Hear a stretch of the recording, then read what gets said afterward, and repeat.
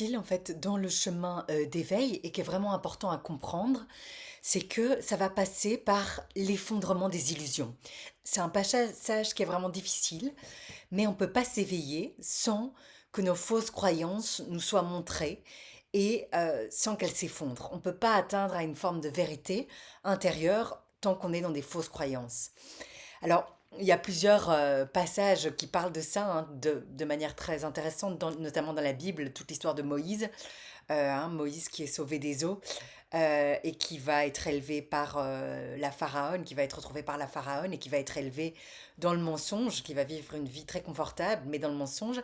Tôt ou tard, vers 29 ans, la vérité va lui être révélée et il va se rendre compte qu'il a été élevé dans un monde d'illusions. Ça va créer une crise profonde qui va le bouleverser, qui va l'effondrer au départ parce qu'il va devoir remettre en question tout ce sur quoi il s'est construit.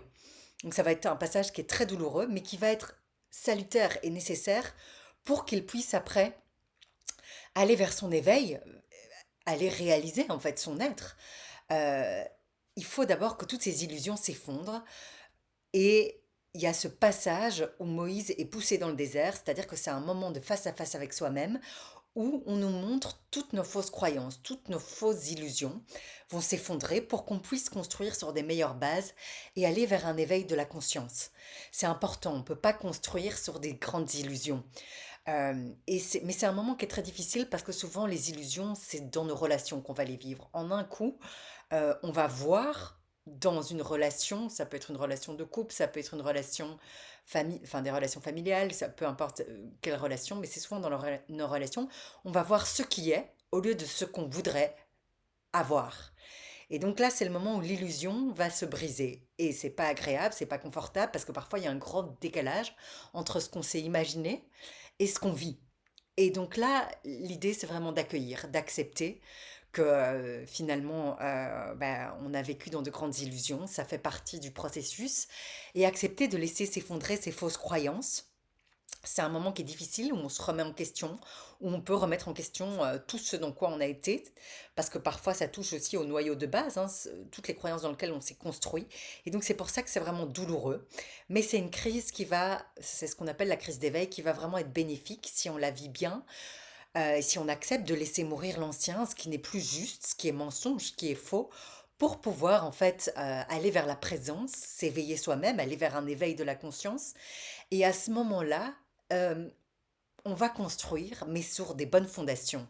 On va construire des choses qui vont être déjà constructrices et qui vont plus être destructrices parce qu'elles seront basées sur la présence, sur notre éveil. Elles seront en lien avec le noyau profond de notre être.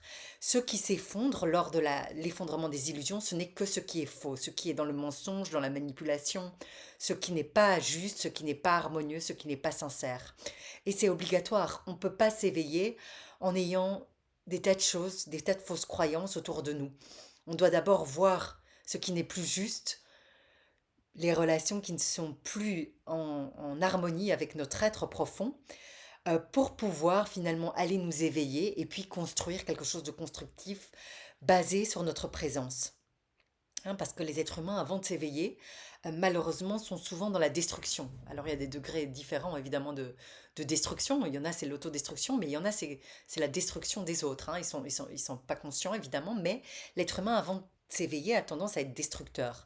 Et donc, du coup, il y a tout ce passage, cette crise d'éveil nécessaire pour qu'on puisse voir nos fausses croyances, voir nos illusions, accepter de voir ce qui est et en fait construire sur quelque chose de beau. Donc on laisse s'effondrer ce qui doit s'effondrer, on accepte de voir ce qui est faux, et si on accepte cette mort psychologique, il va y avoir une renaissance, et on va pouvoir construire sur des bases saines quelque chose de magnifique alors qui sera basé vraiment sur de la construction, puisque ce sera en lien avec les profondeurs de notre être.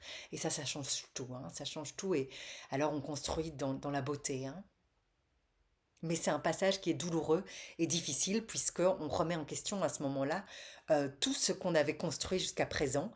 C'est un petit peu comme les châteaux de cartes, ça peut s'effondrer, mais c'est pour construire sur des bonnes bases et dans du vrai. Hein, pour voir la vérité, il faut accepter d'abord de voir ce qui n'est pas vrai, ce qui n'est pas juste, ce qui n'est plus juste.